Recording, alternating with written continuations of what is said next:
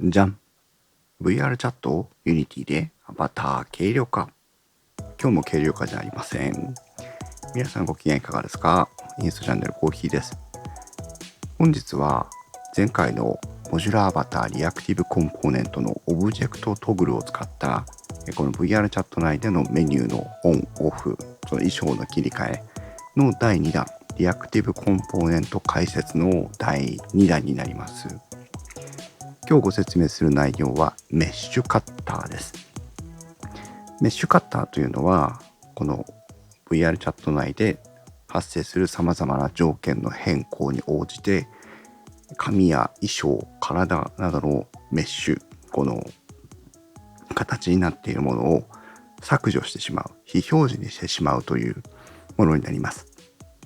特にこの VR チャット内で MA オブジェクトトグルを使って衣装の切り替えをしようと思った時に、手袋をつけている時には、素体を消して、手袋をつけてない時には素体を表示するみたいな、ことをするために使っていくものです。今ちょっとこれ欠けてますね、指がね。修正が必要ですけども、例えば今この手袋、グローブをつけているんですが、これをよいしょ、メニュー上からオフにした時にはこのように手が見えるようになって、オンにした時にはこの実際欠けているところが見えると思いますけども、本当は欠けてるべきじゃないんですが、手袋の中が消えているということになります。貫通防止対策ですね。こういうもの、例えば衣装、例えばこちらの衣装の場合、ヘルメットをつけてない時には紙がしっかりと表示されていますけども、ヘルメットをオンにすると紙がはみ出さないようにメッシュの一部をカットしてくれる。紙がヘルメットかぶってない時には紙が見えて、ヘルメットかぶってない時には紙が消える。こういったものを実現するのがリアクティブコンポーネントのメッシュカッターになります。一度理解してしまえば大変簡単に使えて応用が効く技術になっていますので、このモジュラーアバターのメッシュカッター、そしてこのメッシュカッターと合わせて使うバーテックスフィルターシリーズですね。バーテックスフィルターは4つのコンポーネントがありまして、バーテックスフィルター by マスク、バーテックスフィルター by ボーン、バーテックスフィルター by ブレンドシェイプ、バーテックスフィルター by アクシスという4つのツールがあります。モジュラーアバターメッシュカッターはこのバーテックスフィルター by なんとかという4つのツール、コンポーネントと合わせて使うことによって初めてこのメッシュ頂点を選択をしてこの体の一部、衣装の一部、髪の毛の一部をカットするということを実現してますので、こちら合わせてご紹介していきたいと思います。それではゴーグルを取ってユニティに行って解説をしていきたいと思います。はい、それでは実際にユニティの方で説明をしていきたいと思います。今日の、お手伝いいただくアシスタントはテックメッシュという衣装を着ているラシューシャになります。このテックメッシュの衣装を着ているラシューシャをテーマにアシスタントにお迎えして、今日はモジュラーアバターのリアクティブコンポーネントの中からメッシュカッターについての説明をしていきたいと思います。はい、それではまず、必要なコンポーネントについて確認をしていきましょう。まず、アドコンポーネントをして、検索欄に MA と打ちます。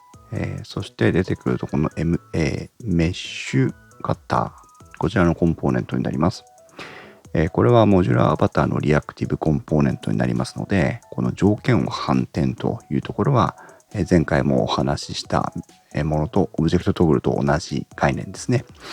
この例えば今ですとゲームオブジェクト、このゲームオブジェクトがアクティブになったり、メニューアイテムがアクティブになったりしたときに、このメッシュカッターというのは条件が整って発動されます。それを条件が整っていないときに発動させるためのスイッチがこの条件を判定になります。対象のレンダラーはこれからの説明をしていく中で解説をしていきます。そして複数の頂点フィルターの取り扱いというところになりますが、これは2つの選択肢があります。どれかのフィルターに選択された頂点をすべて削除というものか、すべてのフィルターに選択された頂点のみを削除というもの、この2つがありまして、デフォルトではすべてのフィルターに選択された頂点のみ削除が選択されています。これは何を言うかというと、複数の頂点選択のためのフィルターを登録することができるわけですね。この Add コンポーネントを押して、Vertex Filter by 例えば Axis という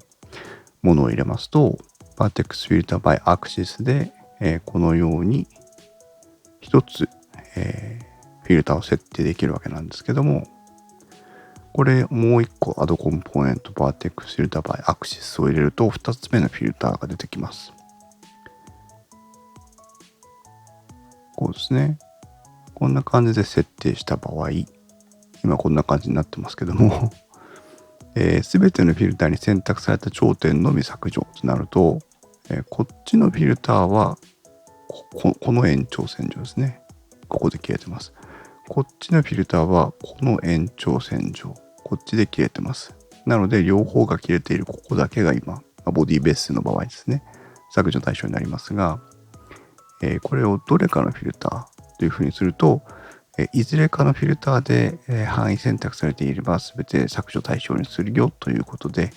この複数の頂点フィルターの取り扱いは挙動が変わります。覚えておいてください。Vertex フィルターの方には今ご説明の際に紹介した by Axis を含め by Axis, by Blend Shape, by Bone, by Mask という4つのフィルターがあります。これはそれぞれこれから解説をしていきますが、Vertex フィルター by Axis の場合には座標を選択するための、これですね、座標を選択するための様々な値がここで取り扱われています。こんな感じですね。そして Vertex フィルター by Blend Shape の場合にはどのブレンドシェイプを基準に削除をしていきますかという、その対象のブレンドシェイプを選択するためのスロットが、発生します。この式1というのは通常選択する必要はありません。そして Vertex Filter by Bone、 これは、アーマチュアをドラッグ&ドロップしてあげることで削除対象を選択するというものになりまして、ここもですね、先ほどの by Axis と同じように、複数のコンポーネントを追加して、そこにそれぞれ削除対象を入れてあげることで、範囲選択をして削除することができるようになります。この Weight 式1も通常触る必要はありません。そして、by Mask ですね。by Mask については自動的にマテリアルスロットが選択されてマスクテクチャーを作成して削除をしていくということになります。具体的にはそれぞれの解説でこれからご説明をしていきます。まず最初の段取りということでこのグローブをオンオフするというところまで前回の復習も兼ねて組んでいきたいと思います。このグローブは手につけている衣装でして、標準のこのテックメッシュの状態ではメニューによるオンオフ、VR チャット内でのメニューによるオンオフは対応してません。それにまずは対応させていきます。アバタールートをクリックして右クリック、モジュラーアバターのメニューを開き、クリエイトトグルを押します。ニュートグルという新しいオブジェクトが出ますので、まずはこれをリネームしますね。テックメッシュメニューとしておきましょうか。この項目にはオブジェクトトグル必要ありませんから、リムーブコンポーネント。このオブジェクトのメニューアイテムはタイプをトグルからサブメニューに切り替えます。テックメニューのオブジェクトをクリックして右クリック、クリエイトエンプティで一つ階層の下にオブジェクトを作ります。アドコンポーネント検索窓に MA と打ってメニューアイテム。もう一度アドコンポーネント、そしてオブジェクトトグルを選択します。MA メニューアイテムの名前を変えていきます。私いつもヒエラルキー柄に変えちゃうんですけど、グローブオンオフとしておきましょうか。これは MA メニューアイテムの名前も変わります。タイプはトグルのままで OK。MA オブジェクトトグルを選択していきます。今回切り替えたいのはこのグローブです。リスト is empty のところプラスでスロットを1つ作ります。ヒエラルキーからグローブをドラッグ&ドロップ。はい。そして、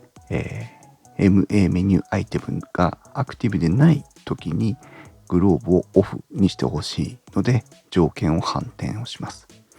はい。これでプレビューでもう手袋が消えたのが分かりました。もし MA メニューアイテムがアクティブになった場合、それは初期設定にするで再現することができます。これでグローブが表示されますね。これでグローブの切り替えができているというのが、プレイモードに行かなくてもね、確認ができるということになりまして、説明をしながらでもね、わずか1、2分で、この状態を作ることができます。そしてこのグローブなんですけども、実は素肌につけている、その関係上、手の形状によっては貫通が発生してしまいます。最初にこのメッシュカッターを使って対策していくのは、この手袋の下に隠れている素体、この手のひら、このオレンジ色のラインの部分ですね。手のひらや指の貫通対策を行っていきます。実際にどういうところかを見ていただきたいんですけども、ちょっと一旦プレイモードに入って、ジェスチャーマネージャーを使って、動作を確認してみましょう。はい、ヒエラルキーからジェスチャーマネージャーで手がね、はい、こんな形になっていますが、インスペクターでここですね、レフトハンドのジェスチャーというチェックボックスがあります。これを押すと手の形を再現することができるんですが、この部分ちょっと分かりにくいかもしれませんが、見ていただきたいんですけども、ここですね、実はここがこのグローブから指貫通してしまっています。この部分の対策をしていくということになりますね。今回のテーマはこの手袋と指の関係ですが、皆さんもこの衣装改変をしていく中で衣装の姿勢によっては衣装から素体が出てしまう、姿勢によっては衣装から素体が出てしまう貫通と呼ばれる現象に悩まされていることもあるんじゃないかなと思いますので、皆さんそれぞれの衣装改変で発生している貫通のことと置き換えて話を聞いていただければなと思います。で、この手袋とこの手の貫通を対策するにはどうしたらいいかということですけども、はい、このグローブオンオフのメニュー項目に対して Add コンポーネント MA と検索欄に入れて表示される中から、MA メッシュカッターを選択します。これはリアクティブコンポーネントと呼ばれるコンポーネントの一つでして、メニューアイテムというこのメニューのアイテムがアクティブオンになっているときに、この MA メッシュカッターが発動しますよという、前回お話しした MA オブジェクトトグルと同じような挙動をしてくれるコンポーネントです。で、今回はこのグローブがオンになったときに、手を消していこうという、素体の貫通を防ぐために手を消していこうということになります。これは、単独では効果を発揮しません。頂点フィルターを追加というところをクリックしていただきますと、さらに4つのコンポーネント、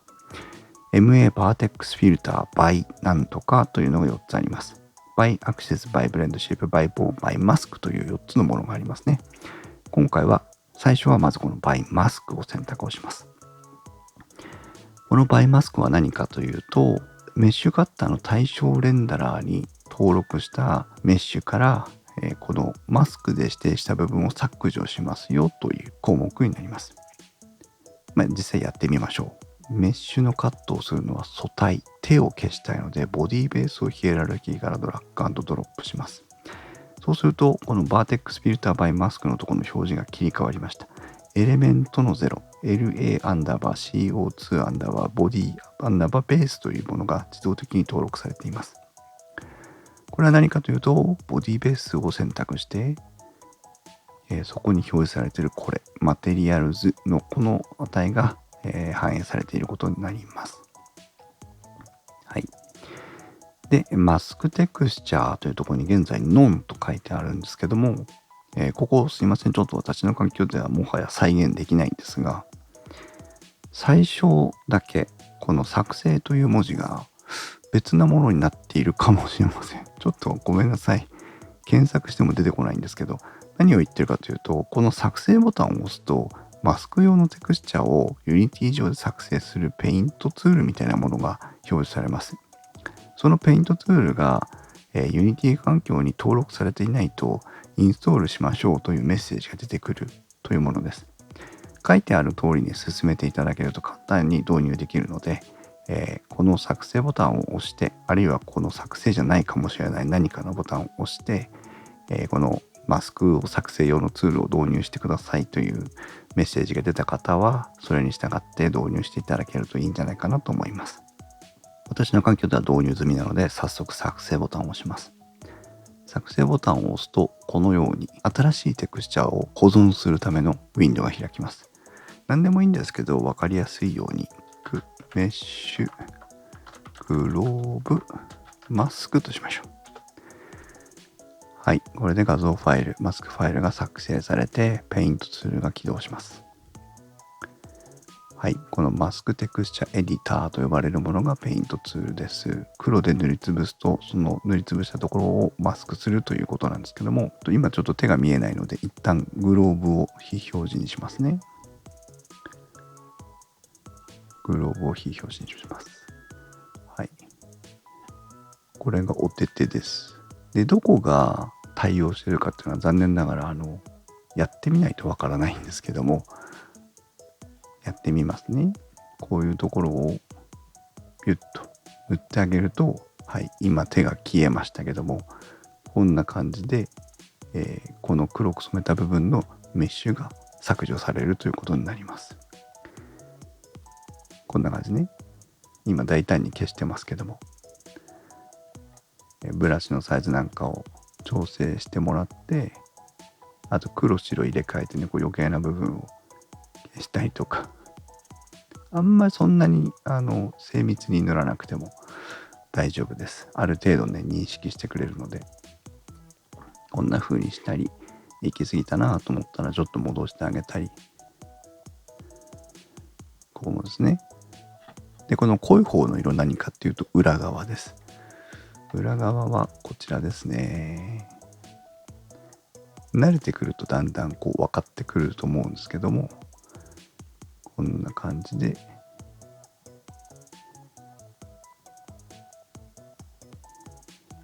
消していくことができます。はい。これが Vertex Filter by Mask のマスクテクスチャーをエディットしている状態になります。満足いくまでやり込んだら保存する。で、マスクのテクスチャーを保存してください。今日は保存をしません。で、なぜ保存をしないかというと、実はこの、メッシュテックの衣装を作ってくださっている方が、グローブから手が貫通することを認識されていて、その手用のマスクテクスチャーを同梱してくださっています。3本さんだね。3本さんのこちら、ラシューシャハンド M というのがマスクになっています。これを使ってやると、さっきのように塗らなくてもマスクが使えますので、今回はこれを使っていきます。グローブオンオフのところをテックメッシュグローブマスクとありますけども、これはもう削除していただいて、改めて3本さんが提供してくれているマスクをドラッグ&ドロップします。はい。これで、グローブに合わせて作者の方が追い込んだマスクが適用された状態になっています。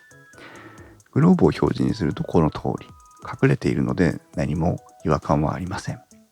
ヒエラルキーからボディベースをクリックするとオレンジ色のアウトラインが表示されますが、必要なだけ、素体が削れているのが確認できると思います。こんな状態ですね。はい。これで MA メッシュカッターによるボディベースに対する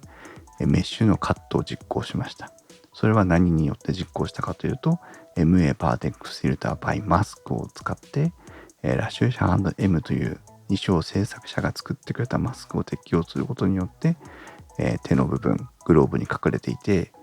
手の形状によっては素体が貫通してしまう部分のメッシュを削除したということになります。最後に条件の確認をしていきましょう。今これ、もし MA メニューアイテムでグローブオンオフがアクティブ、つまりオンでなかった場合、オフの場合を再現しています。オフの場合は条件が反転していますから、グローブオフが発動してグローブは見えません。オフの場合は MA メッシュカッターの条件が反転をしていませんから、グローブがオフになっている非アクティブの状態の時には、メッシュのカットが行われませんというのが本来正しい挙動ですけども、実はなんか動機というかバグというかこういうふうに、条件を満たさないメッシュカットが行われているように見える時もあります。ちょっとね焦るんですけど、なんかこれちゃんと表示できてないっぽいなって思った時にはプレビューに頼らずにプレイモードに行ってみましょう。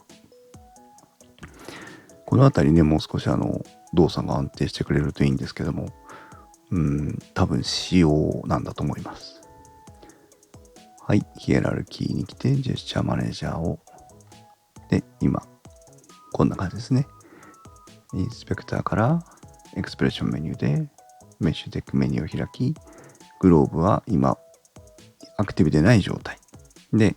グローブが表示されていないですし、メッシュのカットも行われていません。ね。で、グローブをオンにすると、グローブが表示されました。で、ボディベース側のメッシュはどうかというと、ヒエラルキー上のこれをクリックすると、オレンジ色のアウトラインが表示されていますが、ここで切れているのが分かっているので、正しくメッシュがカットされています。この状態で先ほど貫通があったところを見ますと、なんかちょっと追い込みすぎている感じもありますね。ジェスチャーマネージャーからハードジェスチャーをやっていると、貫通は対策されましたけども、ちょっとここ行き過ぎてますね。ここね。少し戻してあげないといけないですね。っていうのも確認されました。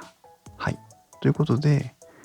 これで追い込みはさておき、グローブのオンオフと貫通対策ができたということになります。ちなみにこのラシューシャハンド M のマスクテクスチャー編集状態にするとこうですね。こうですね。先ほど貫通していたのは手の甲側の指。ちょっと気になるんで塗り戻しておきましょうかね。このまんまだと見えてくれないから一旦こう少しだけこの指とこの指、はいかな。で、この指と反対だから見えない、この指、こんな感じでいいのかな。はい、ジェスチャーマネージャーを動かして実際に手の形を変えていってみますけども、はい、先ほどまでねちょっとこう欠けてしまっていた部分が見えなくなりました。そして貫通もはいしっかりと対策されています。こんなね微調整で十分対応できたんだなというふうに思いますね。はい、これが最初の一つ、メッシュカッターとバーテックスフィルターバイマスクを使った貫通対策、リアクティブコンポーネント貫通対策でした。それでは続いて今度はですね T シャツとフードを往復していきたいと思います。メッシュテックメニューからクリエイトエンプティ、今度はシャツオンオフという風にします。インスペクターのアドコンポーネント MA と検索窓に打ってメニューアイテム、そしてアドコンポーネントからオブジェクトトグルを選択します。今回は、スロットを2つ作ってフーディーとインナーじゃない、間違えた、フーディーと T シャツを登録します。これではい、これでね T シャツとフードが一気に非表示にできましたね。ただ皆さんここご覧いただいたように、腕肩がありません。これはなぜかというと軽量化対策でもともとここの部分は非表示になっていましたから、フーディーのオンオフ、T シャツのオンオフをすると、この素体が見えない、欠けてしまっている状態になるということになります。これは軽量化の問題ですね。じゃあまずここを直していきます。ボディベースから。アバターオプティマイザー、リブンメッシュバイブレンドシェイプも入れてますので、こっちをまず戻してあげなきゃいけないですね。ショルダー、アッパーアーム、エルボー。これぐらいかな。で、ほいっと。これで、形を復元していきます。これで、インナー、このタンクトップみたいなものがある状態。で、この肩とか脇がしっかり体として残っている状態が再現できました。で、ここに戻りますけども、こうなった時と、こうなった時と。今回この衣装では貫通することはありませんので、メッシュカッターでこの部分を削る必要はありませんが、あくまでも、練習というかね、ご説明のためにわざわざ切っていきたいと思います。アドコンポーネントから検索元に MA、そしてメッシュカッターをまずは選択します。はい。ここまで一緒ですね。今回もカットするのはボディベースなので、ここにボディベースを入れます。ここまで同じですね。今度頂点フィルターを出して、バイブレンドシェイプというものを選んでみましょう。先ほどはマスクによってメッシュをカットしましたけども、今回はブレンドシェイプによって削っていきたいと思います。MA バーテックスフィルターバイブレンドシェイプ、リスト is empty となってますけども、プラスボタンを押してください。そうすると、このボディベースに登録されているブレンドシェイプが一覧で表示されます。先ほど軽量化対策でメッシュを消していた部分のブレンドシェイプの値を覚えていたらば、それを選択することで、ちょっと待ってくださいね。こうしておこうかな。はい。アッパーアーム L を削除しましたね。アッパーアーム R。そして、ショルダー L。さらに追加で、ショルダー R。ショルダーは1番、2番ありますね。ショルダーに L。ショルダーに R。はい。そして、脇というか胸というか、チェストフロント、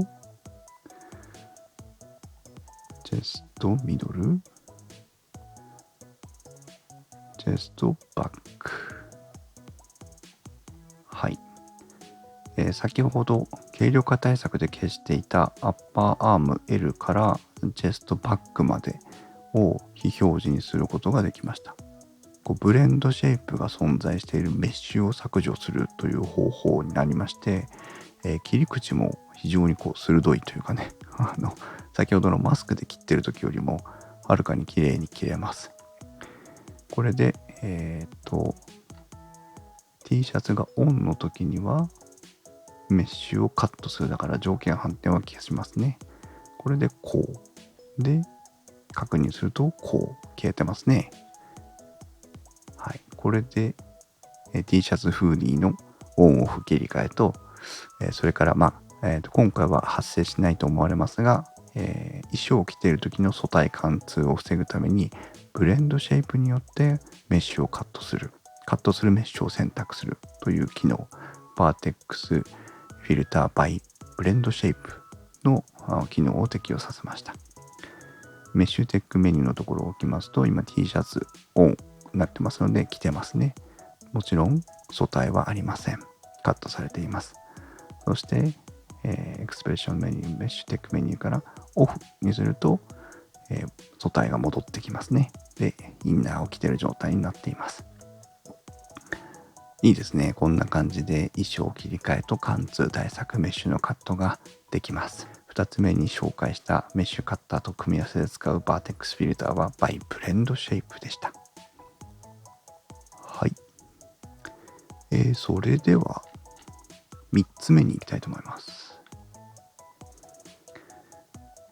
アシスタントを変更します。次のアシスタントはインターステラーです。インターステラー。これね、宇宙服のようなかっこいいスーツを着てる集者ですけども、もう皆さんね、見ていただいて分かるように、ヘルメットをかぶってるんですね。ヘルメットをかぶってるんですけど、この髪が貫通して見えています。まあね、そういうヘルメットじゃんと言われればそれでいいかもしれませんけども、まあちょっと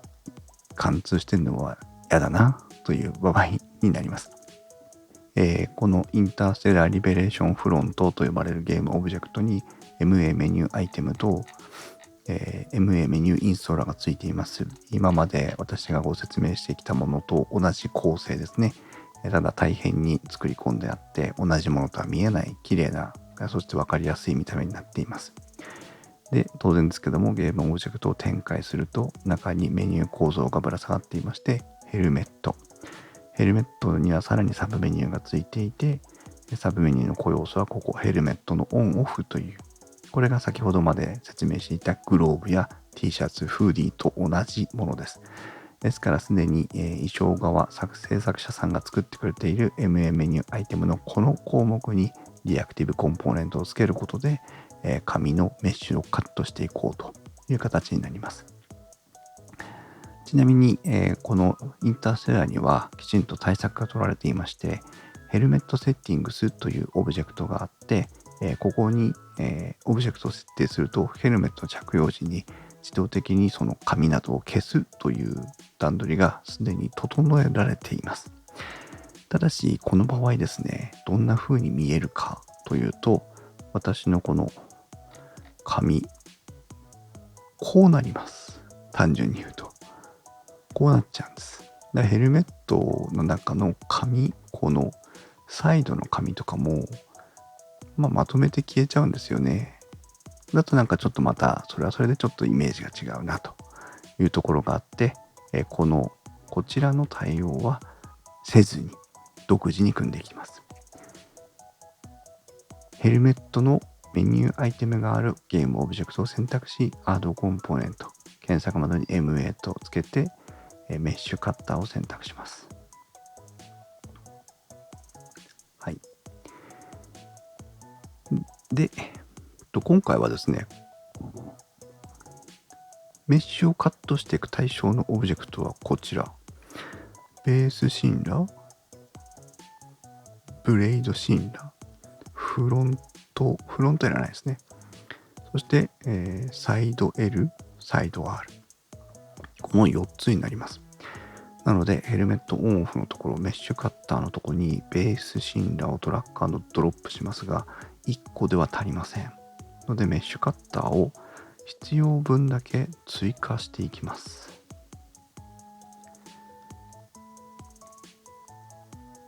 はい。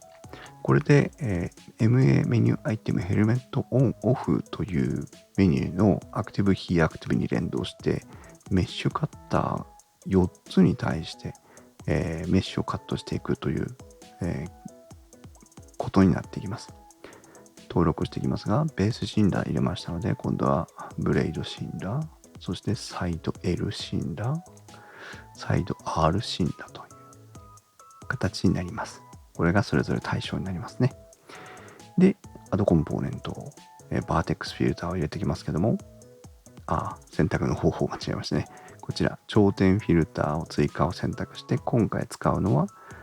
バーテックスフィルター by アクシス。座標によってメッシュをカットしていきます。このように入れてですね、ここ、不思議な円盤が表示されています。これがバーテックスフィルター by アクシスです。編集としていただいて、これを移動していくと、この円盤も動いていくんですけども、まだ何も変わってませんよね。条件を反転入れてください。一旦、プレビューとして。そうするとこうなります。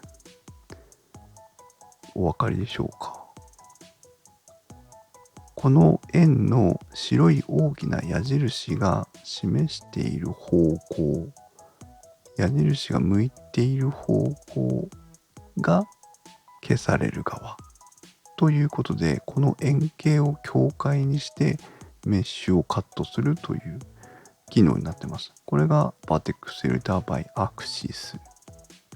今回どうやって設定するかというと、ヘルメットのこの底面といえばいいのかな。ね、この流れに沿って髪をカットするということで、こうですね。このヘルメットから髪がはみ出さないような位置で、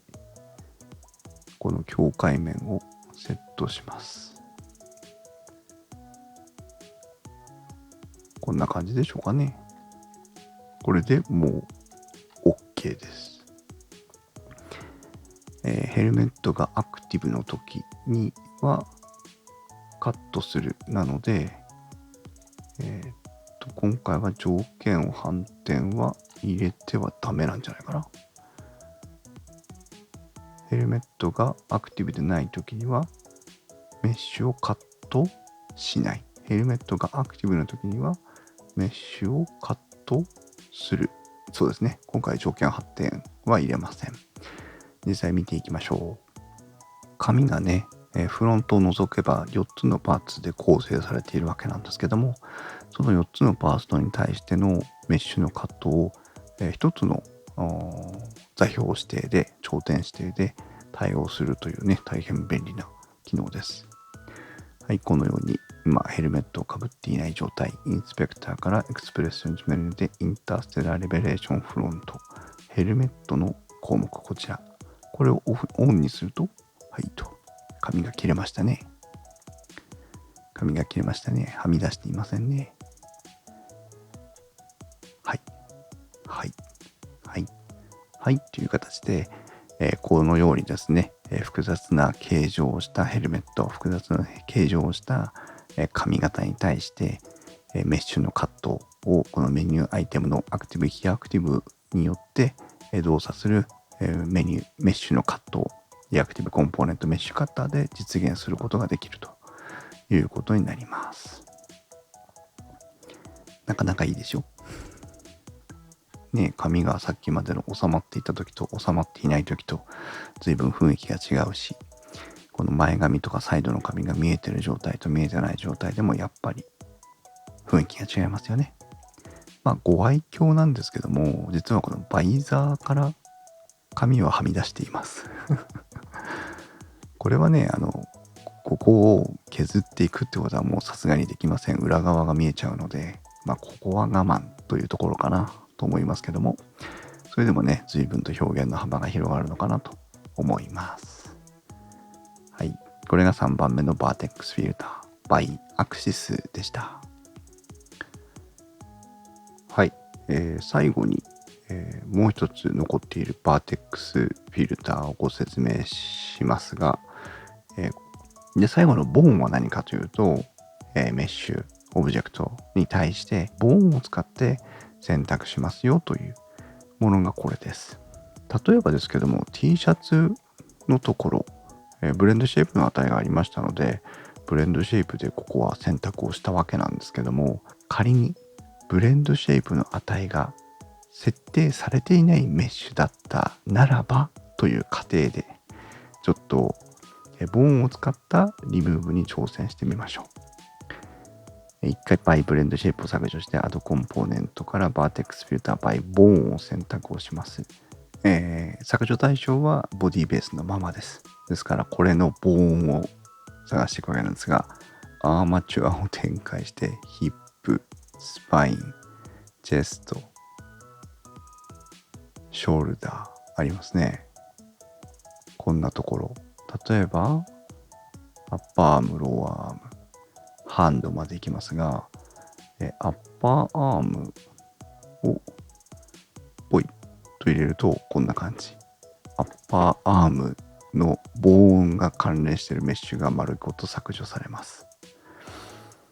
あとコンポーネントで Vertex Filter by Bone。で、ここで、メッシュカッターの複数の頂点フィルターの取り扱いというやつですけども、すべてのフィルターに選択された頂点のみを削除対象として選択をするというモードと、いずれかのフィルターに選択した頂点を削除するというモードがありまして、今回はこの Vertex Filter by Bone を複数入れていきますので、どれかの選択された頂点というやつに選択を切り替えておきます。そして、アッパーアームライトドーンとこんな風にボーンを選択することで削除対象を選ぶこともできます。ボーンですから今アッパーアーム L と言いましたけども、ローアーアーム L にしたらこうですね。ローアーアーム R にしたらこう。例えば、パンツ、衣装のパンツを選択したとします。アーマチュア、ヒップ、スパイン、チェスト、違うね。アッパーレッグか。アッパーレッグ。で、パンツをメッシュカッターに設定して、アッパーレッグを登録してあげると、こんな感じなこともできるわけですね。はい。アッパーレッグ。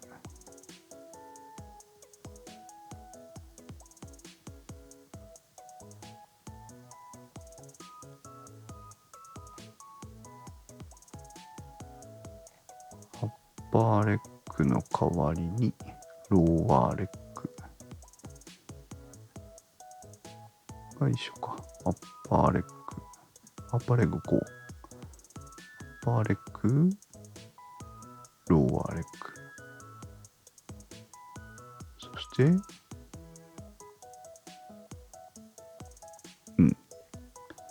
こんな感じ。ちょっとあくまでもサンプルというかデモンストレーションとして見ていただきましたけども、こういう選択が可能なんですね。で、パンツ自体にはブレンドシェイプは設定されていませんから、バーテックスフィルターバイブレンドシェイプで選択することはできないんですよね。そのシチュエーションにあってボーンを選択してあげることで、そのメッシュカットする対象を決めてあげることができるというところがあって、こんな設定もできるようになっていますので、今回ご紹介した、バーテックスフィルター、by Axis, by Blend Shape, by Bone, by Mask という4つのバーテックスフィルターを使って MA メッシュカッターと、